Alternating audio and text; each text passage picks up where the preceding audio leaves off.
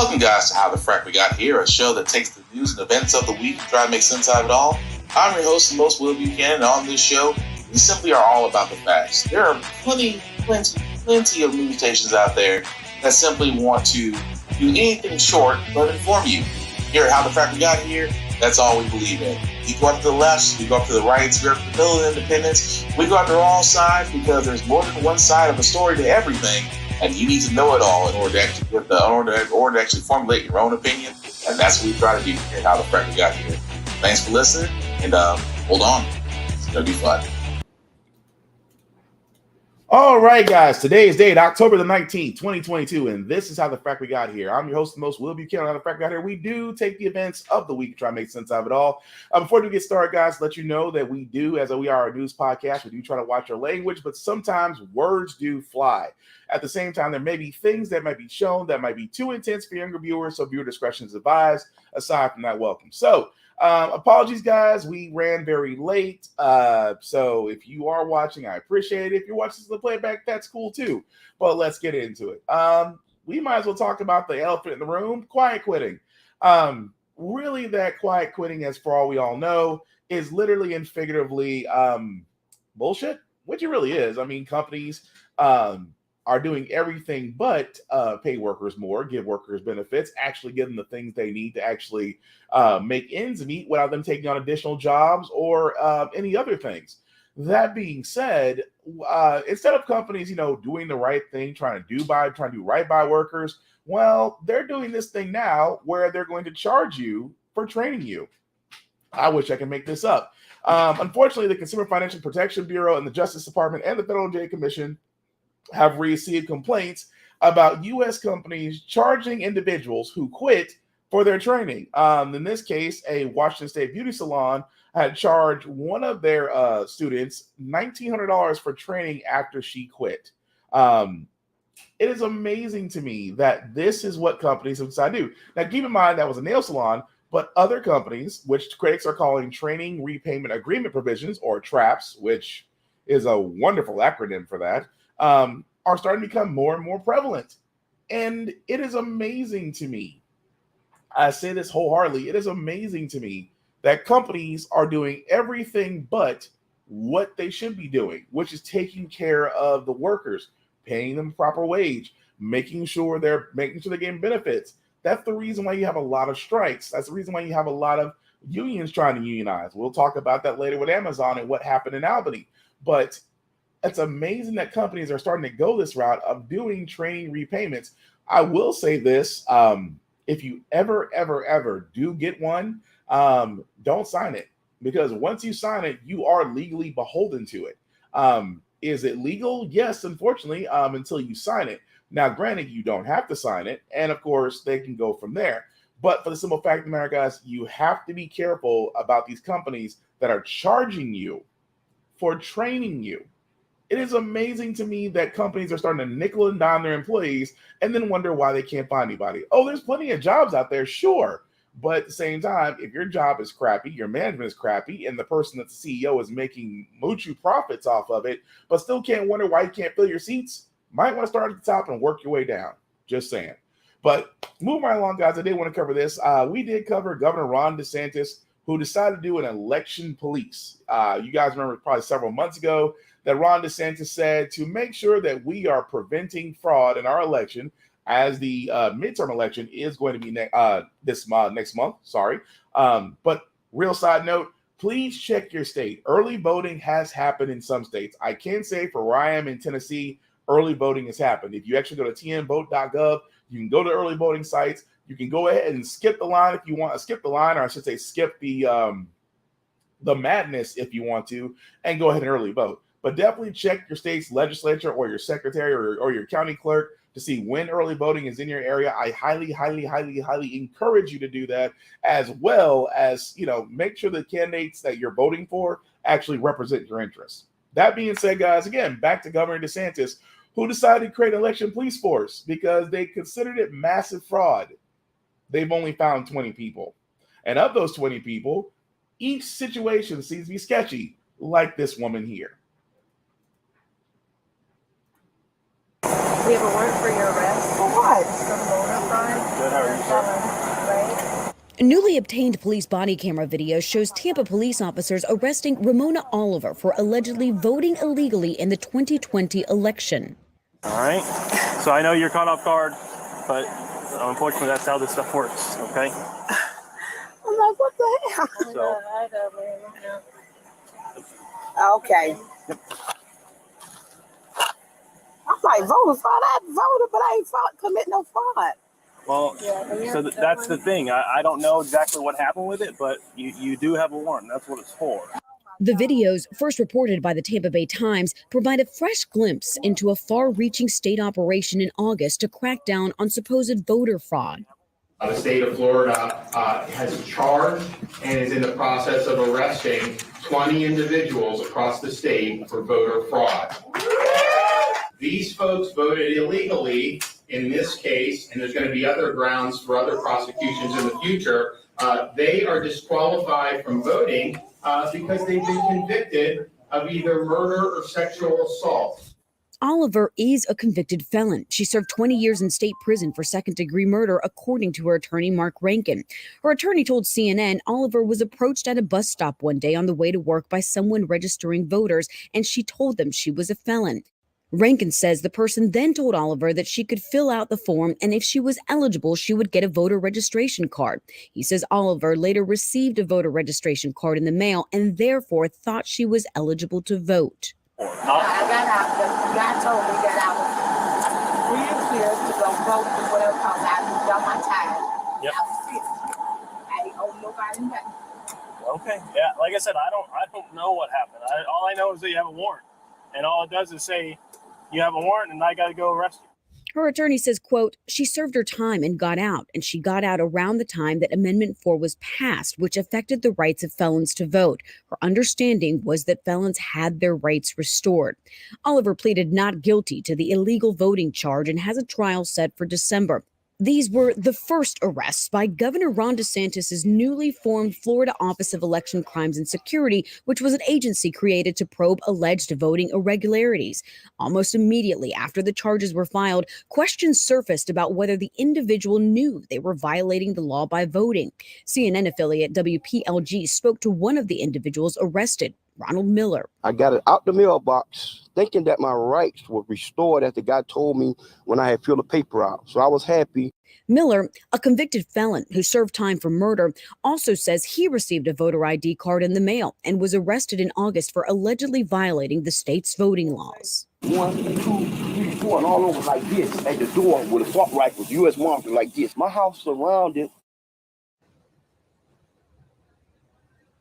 And John, here's something important to note. Here in the state of Florida, state law requires the state to notify local election officials if a voter is convicted of a felony or not eligible to vote. In the 5 counties where these arrests took place, the local election supervisors tell CNN the state did not inform them that these voters were not eligible.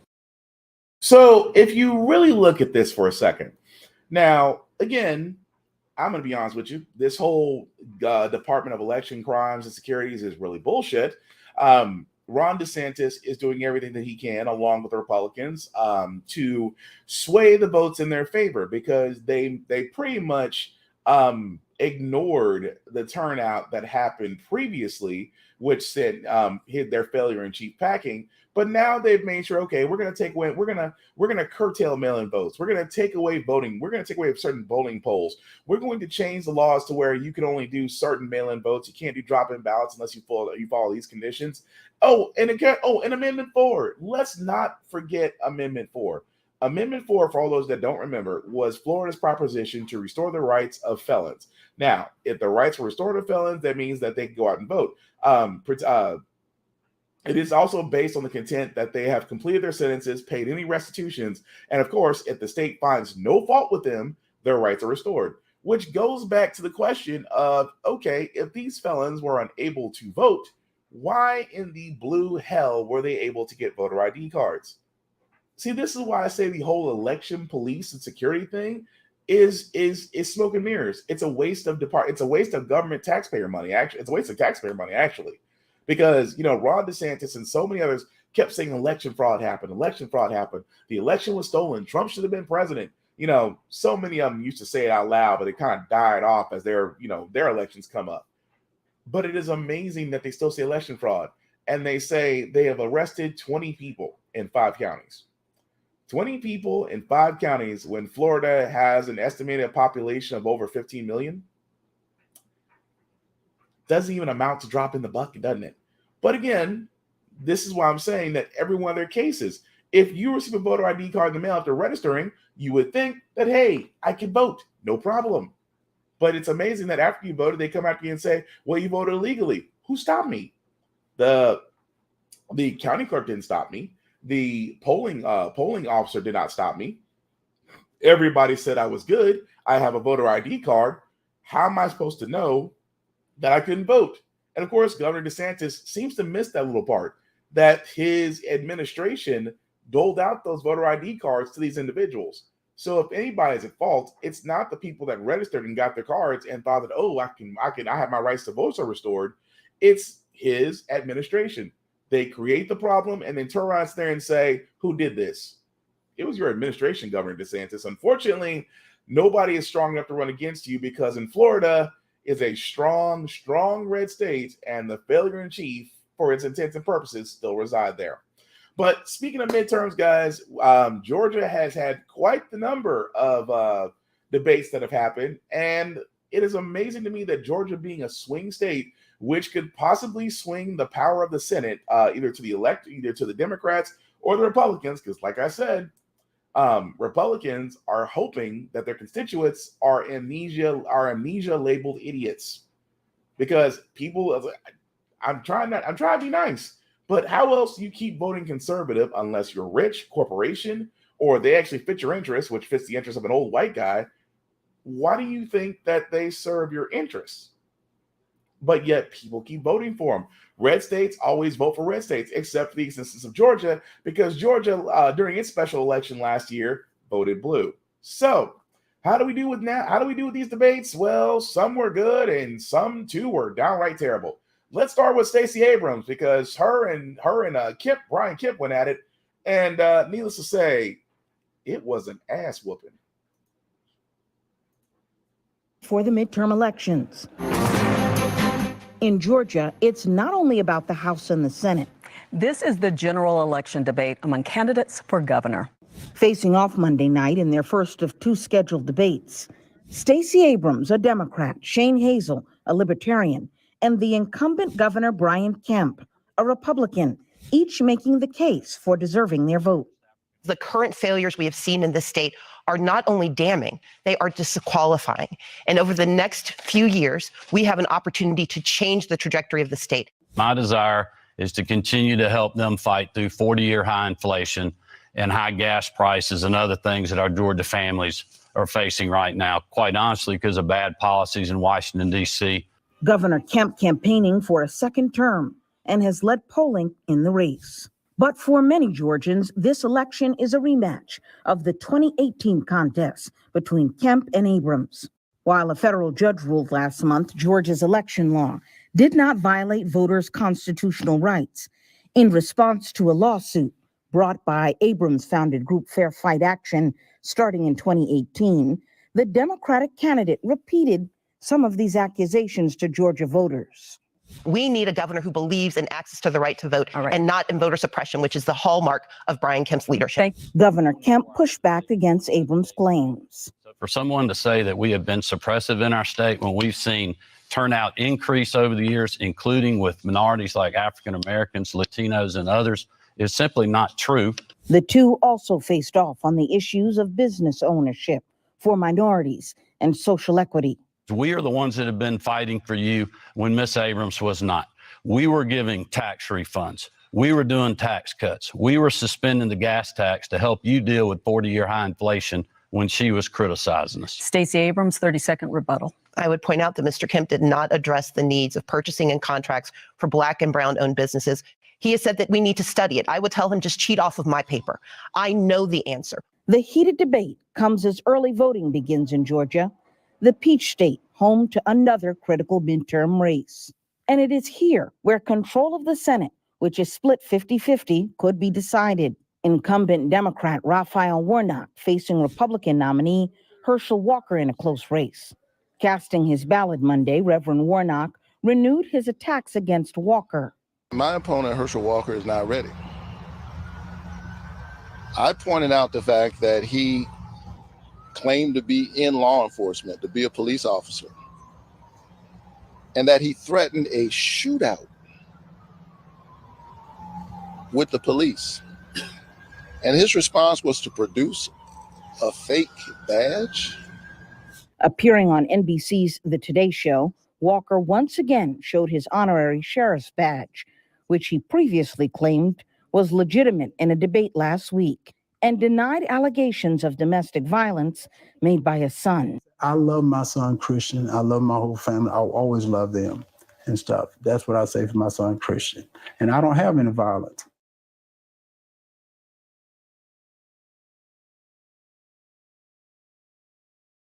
Ooh, I'm sorry. I cringed a little bit when you see, okay, first off, let's start with Stacey Abrams.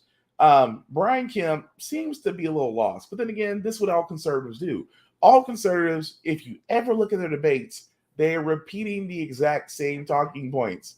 He sat there and said that we gave plenty of assistance and financial help to Georgians. Yes, you gave well over 18 million to corporations, but you didn't give them to small business.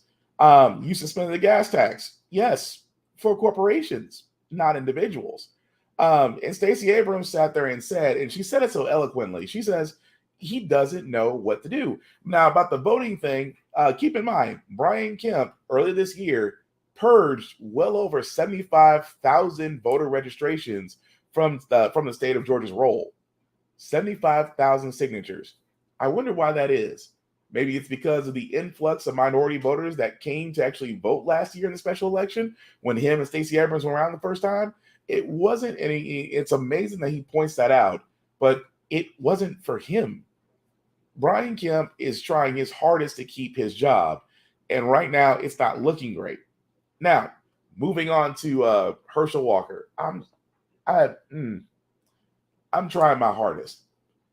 How is this man still favored? Keep in mind, let's go down Herschel Walker's list, shall we? Herschel Walker said that he graduated at the top of his class at the University of Georgia. That was a lie. He said that he was a law enforcement agent. That was also a lie because he has an honorary Cracker Jack sheriff's badge. Do you know what honorary sheriffs can do? Honorary sheriffs is a title.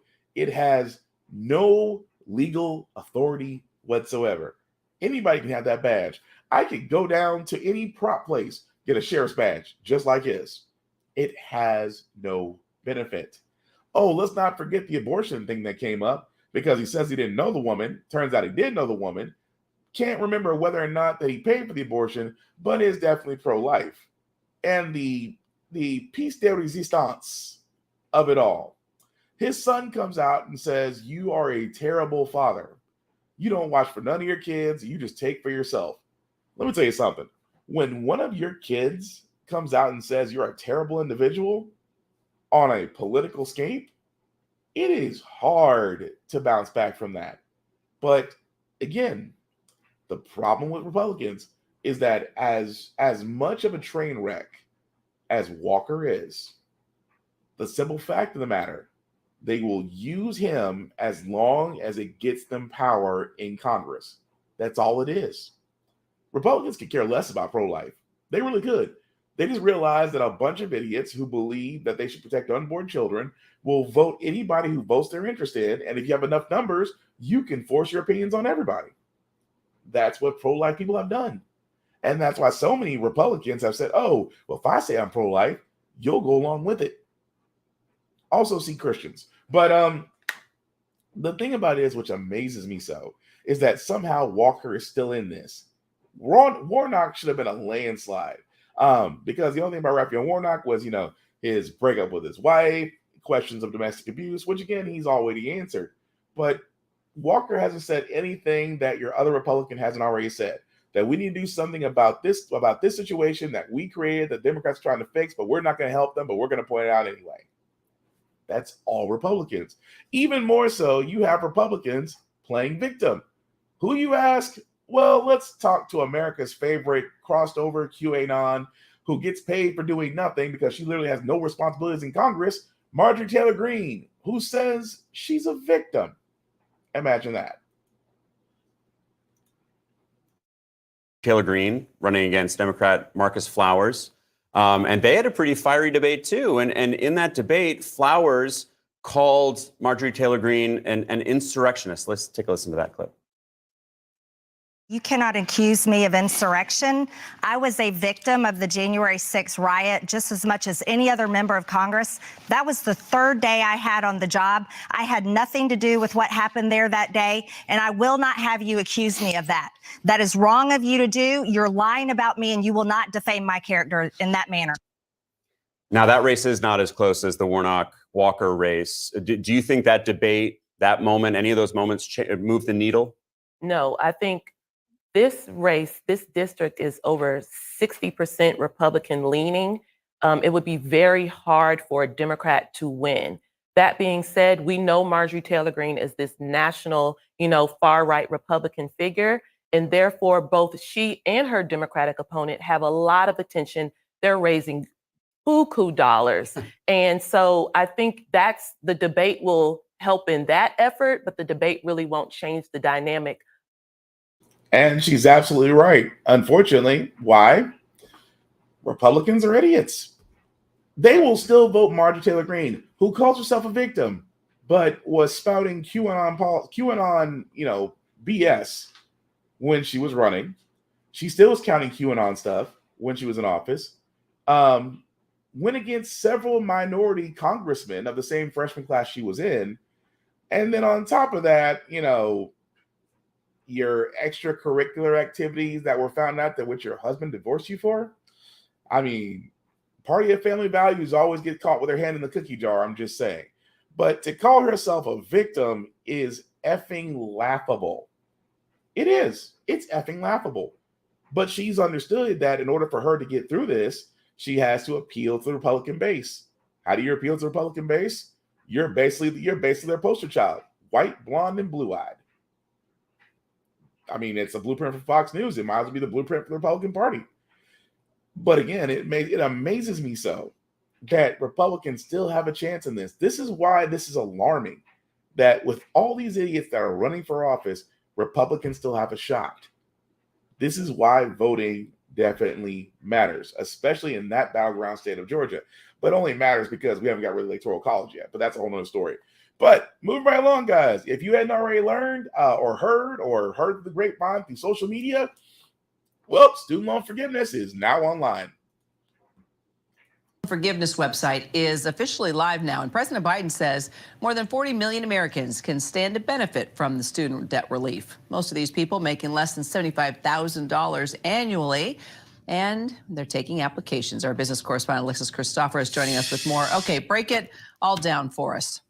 Well, Kiro, people have through December of next year to apply. They can do this at studentaid.gov. And the application process, they say, is pretty easy and streamlined. They're going to need some information from folks like your name, of course, your social security number, and also proof of a job and your earnings. They're looking at your 2020 and 2021 income taxes to see if you qualify. Qualifications are pretty broad, too, up to $10,000 in loan forgiveness for someone, an individual earning under $125,000 a year, or a couple earning under $250,000 a year combined.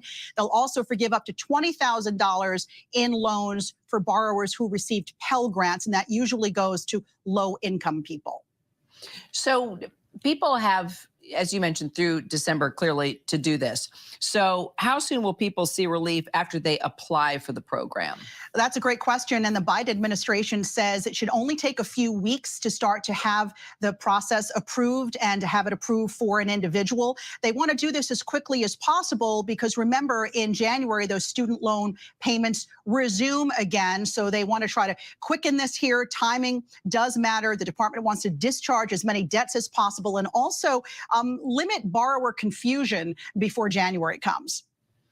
So a lot of people are not eligible, right? And those that are may still be left with a pretty huge chunk of debt even after the benefits of this program. So what are some tips that borrowers can use to help pay off that debt?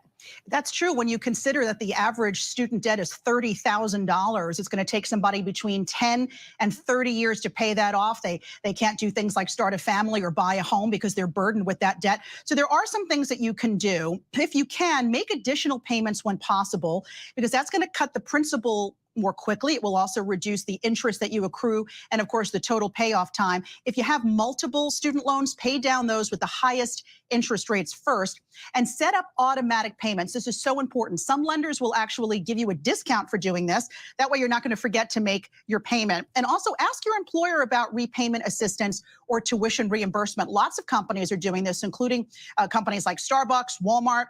And as a last resort, and this is a last resort, you can request a deferment or forbearance to temporarily postpone your payments. But beware here, because depending on the kind of loan you have, you may still have to pay the interest that accrues on that debt, even though it's going to be frozen. And of course, if you get a tax refund at the end of the year instead of going on vacation or buying a new TV, you can pay down that student debt. That's probably the prudent thing to do, Kira.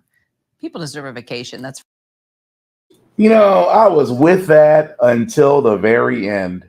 I was with that until the very end. Okay, I've said this many times. Okay, I am completely, happy that Biden kept his promise. It was a small promise. His campaign promised he was going to do something about student debt. He hung around that number 10,000 because it was safe.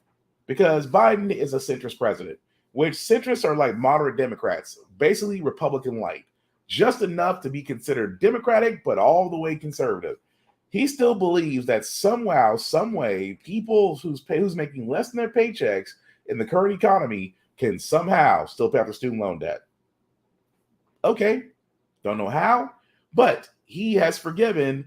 But he wants to forgive up to $20,000 for all those making less than $125K. If you're single, $250 if you're filing as a married couple.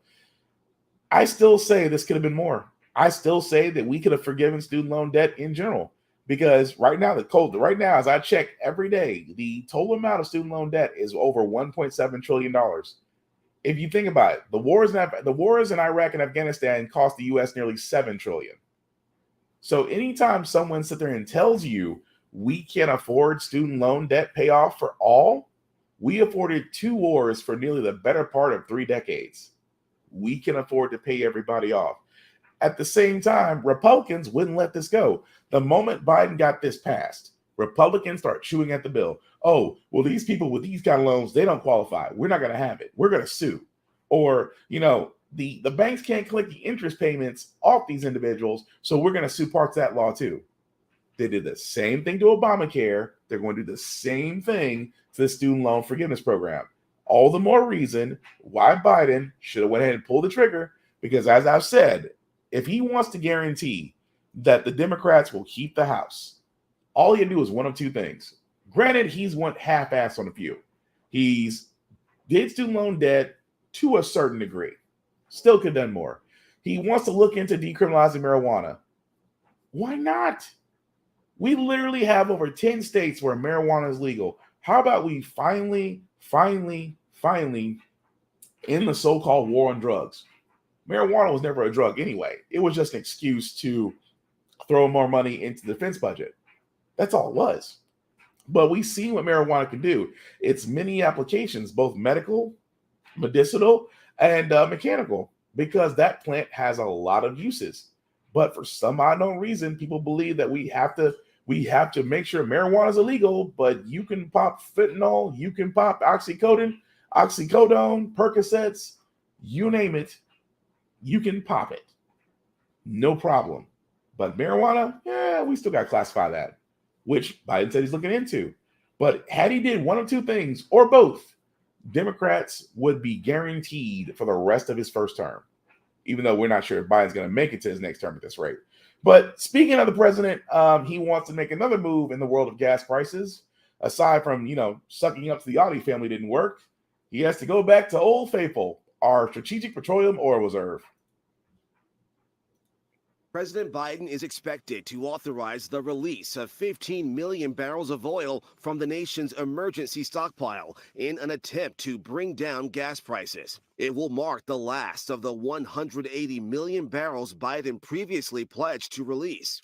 Definitely, more supply could lead to cheaper gas prices. But critics say the 15 million barrels is a drop in the bucket, considering the U.S. consumes about 20 million barrels per day. More supply is always better for gas prices, but we're just going to have to see what happens with demand and also with crude oil prices. Although Biden is making the announcement today, the 15 million barrels will not be released until December.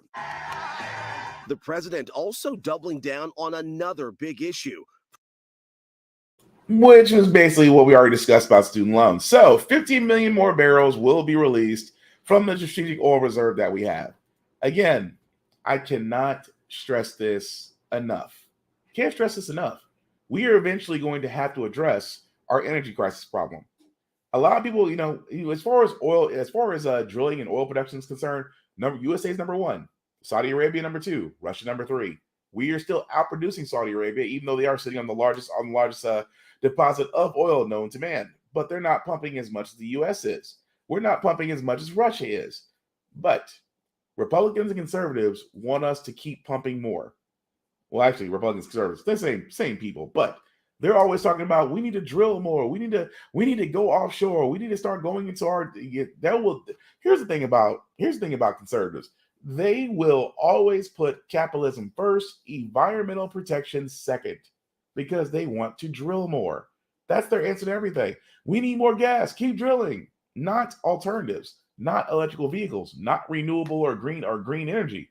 The things that we should be looking into, because our fossil fuels on this planet is not infinite. Eventually, it will run out, and then what do you do? But as much as I'm trying to see Biden is trying to keep things afloat, unfortunately, that's not going to do much releasing from the strategic oil reserve.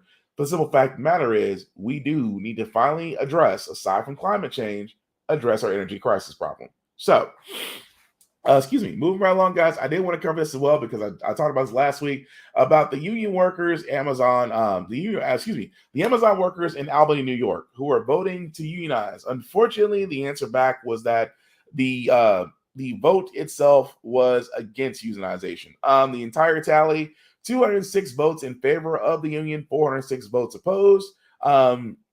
Even though officials said that 949 workers at the warehouse were eligible to vote on whether or not this become part of the Amazon labor union. Four ballots were voided. And again, the results still have to be certified by the National Railroads Board. However, the Amazon labor union still believes that there is a whole lot of trickery afoot and will challenge the votes. Again, this is the problem I have with this. And I say this all the time. What Amazon has done, because they know they hate unions. Corporations hate unions. I've yet to be wrong about that. Corporations hate unions because they'll deal with you one-on-one. As a sole individual, you have no power. But if there's a lot of you guys in numbers, they have to deal with you. They have to play ball. Amazon has sat there and said, oh, well, we don't want to do that, but let's raise your pay to the highest pay in your state.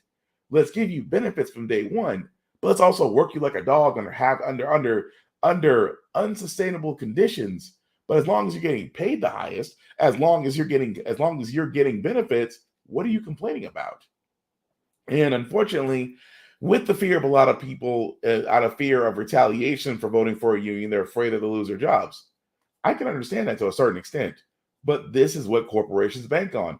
The corporations bank on the simple fact of the matter is that you are more fearful of losing your job than being worked to death, simply put, because they pay you the highest and they give you benefits from the day one. But people are afraid of losing jobs because the simple fact of the matter is most people in America are maybe 1 or 2 paychecks from poverty. It's the truth. More than likely, you're 1 or 2 paychecks away from poverty. I mean, you're barely making ends meet now, myself included, but you're 1 or 2 paychecks away from poverty. So again, that does feed into the whole idea that some people fear of unionizing because they fear said company will retaliate. I've said the Michael Dell story all the time. I will keep saying it. Michael Dell hates unions. When I was working for Dell, we were told not to talk about unions because he would shut the site down and move everything to another site that was more Dell friendly and less labor friendly. Why? Because corporations hate unions.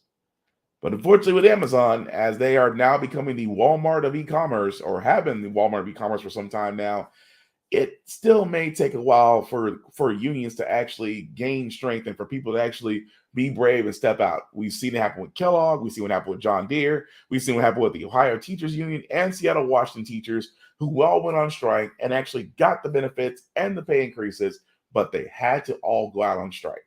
This is why I keep saying, guys, unions work. Now, the next couple of stories are going to be a little rough, but I promise I'll try to get through them as fast as humanly possible. Kyle Rittenhouse, this fool, says that he is planning a YouTube channel about guns and the Second Amendment. We all remember Kyle Rittenhouse as the 18-year-old who had a firearms, who decided to go up to a city that he did not live in to defend businesses that didn't ask him to, and shot 3 people. Of course, he was later acquitted by his jury, which is still amazing to me. Well, he now decides that he wants to write he said in a short video that he wants to launch a YouTube channel talking about creating content about guns and talking about the Second Amendment. You know what? This is why I say so much only in America. Only in America could you shoot 3 people, get acquitted, and then turn around and talk about the fact of guns and Second Amendment. Let me tell you something about the Second Amendment. There's nothing to talk about it. There isn't. The Second Amendment is the right to bear arms against a tyrannical government and to create a local militia. That's it. The entire point. And I'm a gun owner. For all those that are wondering, I am a gun owner. But the Second Amendment, its entire thing, in its entirety, to defend yourself against a tyrannical government. The founding forefathers decided that we did not want the British monarchy to actually happen here with our government. So we're going to empower our citizens to defend themselves if the government ever gets too corrupt. That's it. The fact that they're taking it to such an extreme about, I could have this many guns, I could have this many bullets, I could have this type of gun or this and that, that's extreme. But they'll use the Second Amendment as the overall blanket statement. But what makes it worse is that a guy like Kyle Rittenhouse, who has been praised, mind you, he was praised at many conservative conventions. He was praised on Fox News, the conservative safe space. But now, as two people have lost their lives, one person did survive. He's about to keep his celebrity status. And like I said, only in America can a white man get away with murder and still be a star. Kind of bullshit.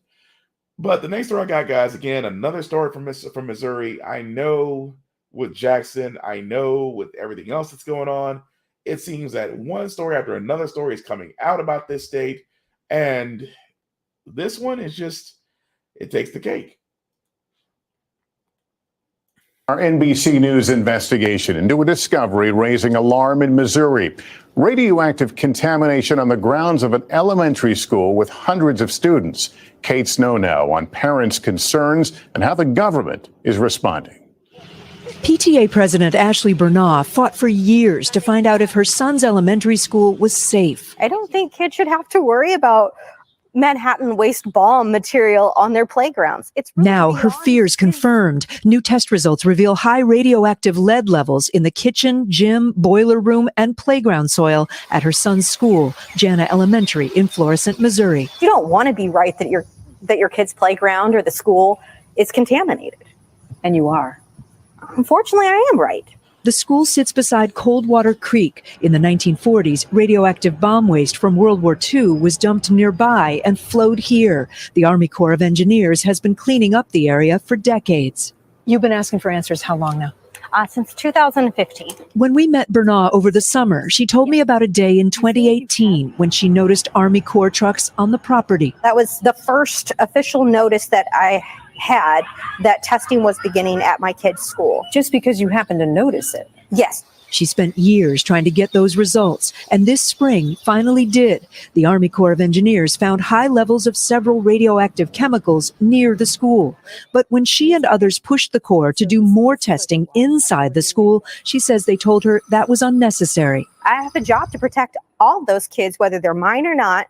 So Bernard pressured school officials to allow an outside company to run tests that just revealed that radioactive contamination inside the school. A new report today saying it's all likely an unacceptable risk to the children. If we inhale some of these radioactive materials, they can actually get stored in our bodies where they're a hazard to us for many years. Tonight, the Army Corps of Engineers telling NBC News the report is not consistent with our accepted evaluation techniques and must be thoroughly vetted, adding any contamination posing a high risk or immediate threat would be made a priority for remediation. Tonight, Bernard is pushing school officials to act quickly. The school district needs to advocate for and see this cleaned up immediately. The district saying safety is always our top priority, adding it is consulting with experts in this area of testing to determine next steps.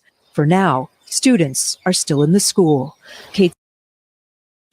Yeah, students are still in that school. A school where radioactive waste has been found and the kids are near it. I mean, Flint, Michigan, Jackson, all areas where, again, you have a lot of this mess going on. And at the same time, you have the Army Corps going, well, that's not consistent with what we found. Okay, so you guys have admitted that wastewater from bomb making since World War II was pumped into a river that the school is next to. How do you not think for 1 second that that's not going to affect the school? I don't blame that parent. I don't blame that parent if she decided to take her kid out of that school. Because, again, it's amazing to me the level of, oh, well, we don't know how bad it is. What are you waiting for? That one kid to have a third eye in the middle of his head? Are you waiting for that one kid to grow an extra arm? Are you waiting for that one kid to look like Spider-Man? Because it's not cool about radioactivity. Kids being near it, in the ground, in the water is not good.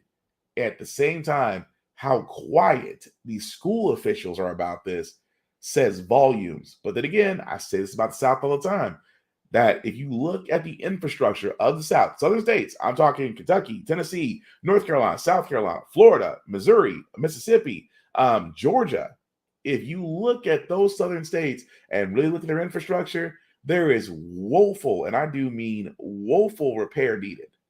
But how quiet officials truly are. But speaking of things that are not quiet, I hate to really talk about this, but Kanye West, he's in the news again. And I'll just play the video. There's just no other way I can play it.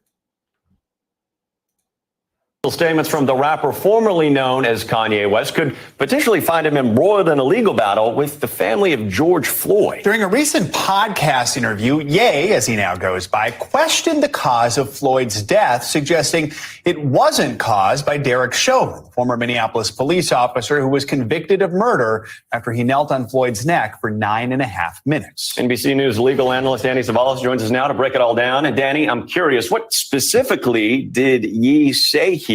And could he be using some sort of free speech defense? Possibly suggesting that George Floyd died of a fentanyl overdose. Does he have a defense? Well, that depends on if a lawsuit's ever brought.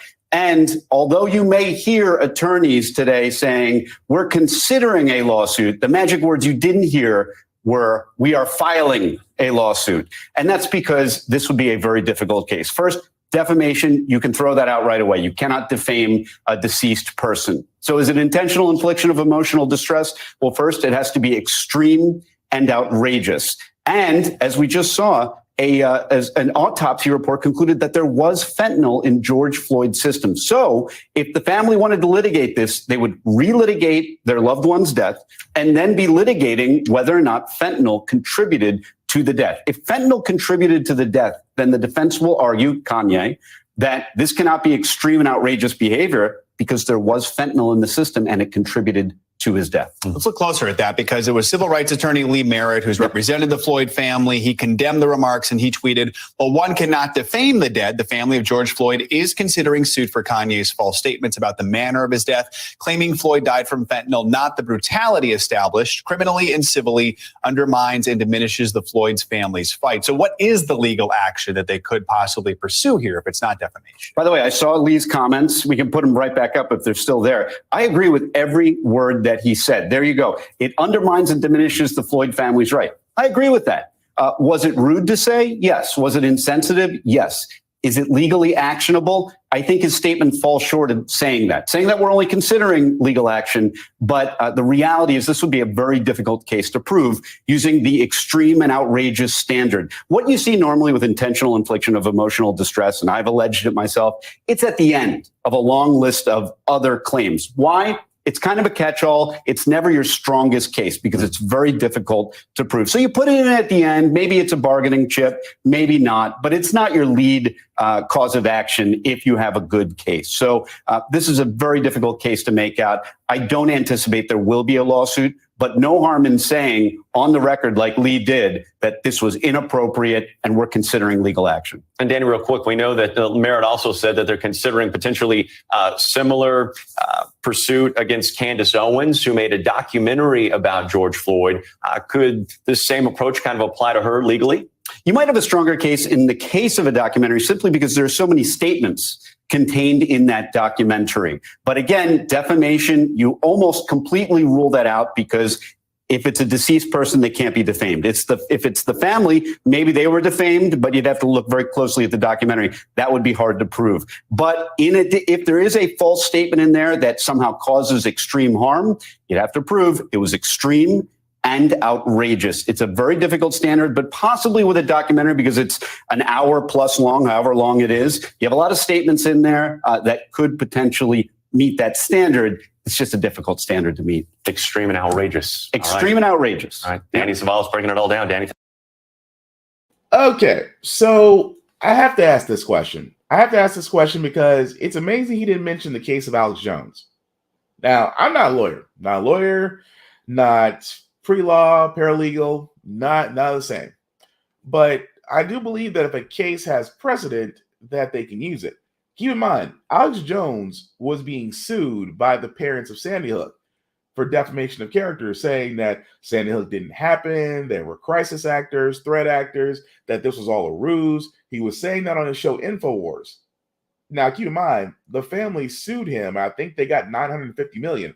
Now, they may never see that money, but they won their case. So yeah, I'm a little thrown off that, you're telling me that, Kanye, who decided to insinuate that that George Floyd died from fentanyl and not from Derek Chauvin leaning on his neck to the point to where he's asphyxiated was the reason. That's defamation of character. And to a certain extent, yeah, I guess you can't defame the dead, but at the same time, you are dismissing the fact. And also an update to this, that the family did file a lawsuit against Kanye West, $250 million, by the way. But it is amazing to me that, first off, I'm not even getting to Kanye West. He's an idiot. He's an idiot, a troll that just loves attention. That's him. But when you do say things out of spite, free speech, and I don't know why we have to keep having this conversation about free speech. Here's the thing about free speech. You can say whatever it is that you want to say. You are not absolved of the consequences that follow. For example, if you decide to say anti-Semitic comments, you will face the wrath of that. Kanye has. That's why he doesn't mention anything anymore. Remember when Nick Cannon sat there and claimed that the real Jews are black people and how that happened? Lost his job at one of his very, lost one of his jobs at his very prolific shows. All because he was using free speech. Now, again, this is why I sit there and say with free speech, guys, free speech does not mean you can say whatever it is that you want. That's where the failure in chief, when he was in office, allowed a lot of stuff to fly. Grab him by the kid, grab him by the cookie. I moved on her like a bee in heat. The fact that he said all these things and got away with it seems to empower a lot of people to do the same. and I keep saying this, when he was president, yes, unfortunately, he was given a unfortunate clear line to say whatever it is without zero consequence. And yet some people believe to this day and age, you can do that too. You can't. No matter if you're a celebrity or just a regular old Joe like myself. Whatever you say in life, you are beholden to the consequences of. You can say whatever you want, but you're not absolved from it. Kanye West is about to learn that lesson the hard way. But we're going to go ahead and move on to our feel-good segment, because usually on How the Frack We Got Here, we usually talk about doom and gloom. But hey, it's hump day. It's Wednesday. Tomorrow's Friday, which is Thursday. So we do want to leave you guys out with some good vibes, and hopefully this next story will be it, because it's about a business owner based out of Atlanta that people have been telling me, if I'm not vegan, I like meat, but they keep saying you need to check this place out, because not only is this restaurateur, this businesswoman is serving amazing food, she is actually expanding her empire. And again, the name she came up with, I have to admit, makes me want to go try it. Head, Big Dog, and Dance Hall Queen. Those are just some of the menu items that we can safely say on TV from Slutty Vegan. What started as a food truck is now a multi-million-dollar brand with billion-dollar dreams. And our business reporter, Alexis Christoforous, stopped by the new Brooklyn location and sat down with the brain behind it all. I bring you in with a raunchy name, but then you realize that we are a business around community. Slutty Vegan is the brainchild of restaurateur Pinky Cole. At the grand opening of her 7th location in Brooklyn, New York, fans lined up around the block for Pinky's unique take on plant-based food. What began 4 years ago as a single vegan food truck in Atlanta has quickly become a cultural phenomenon. That's Slutty Vegan! Each new restaurant location strategically chosen. When I look for locations, they have to check one of these boxes. Either be in a vegan food desert, be in a food desert, not so attractive to developers, or right in the heart of gentrification. We are being the resource that people need. With a cult following that includes Snoop Dogg, Queen Latifah, and Spike Lee, Slutty Vegan recently caught the attention of Shake Shack founder Danny Meyer's venture firm, which made a $25 million investment in the company. Now, Pinky says she's on a mission to build a billion-dollar brand. We're looking at the next future billionaire because of the hard work and the effort that I put in. And I hope that when people see me, I resonate with their spirit, and they believe that they can do whatever they want to do because they see me do it. If Pinky Cole seems to be everywhere, that's because she is. From magazine covers and cookbooks to plant-based ad campaigns and her own Steve Madden sneaker, Cole is reinventing vegan food culture with menu items like Fussy Hussy burgers and Skinny Dipper fried pickles. There's like an evangelical feel to your restaurant and to what you do here. And when you walk through the door of this church, we're going to laugh with you. We're going to jump and play with you. The music is booming. The vibe is high. Everything that you're looking for is right here at this place of business. Raised by a single mother in Baltimore, Maryland, Pinky found her inspiration. The day that I was born, my father was being sentenced to prison.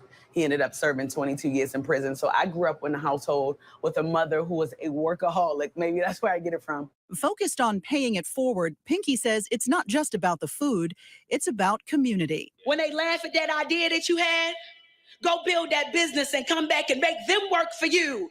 Find aspiration in the losses. After giving this year's commencement speech at her alma mater of Clark Atlanta University, Pinky gifted each of the 834 graduates their own limited liability company, allowing many of them who took her up on it to start their own business. I'm all about giving back and bringing people up as I climb.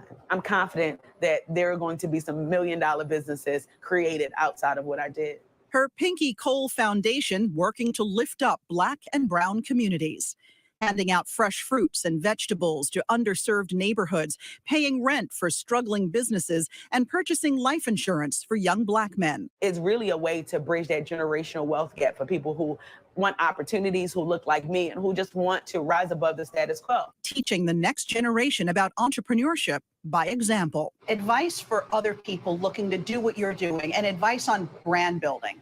You have to be a disruptor. If you are not a disruptor, then you can't play in this game. That's that big boy, one sloppy toppy and fussy hussy, slutty vegan scaling now, Harlem World coming soon.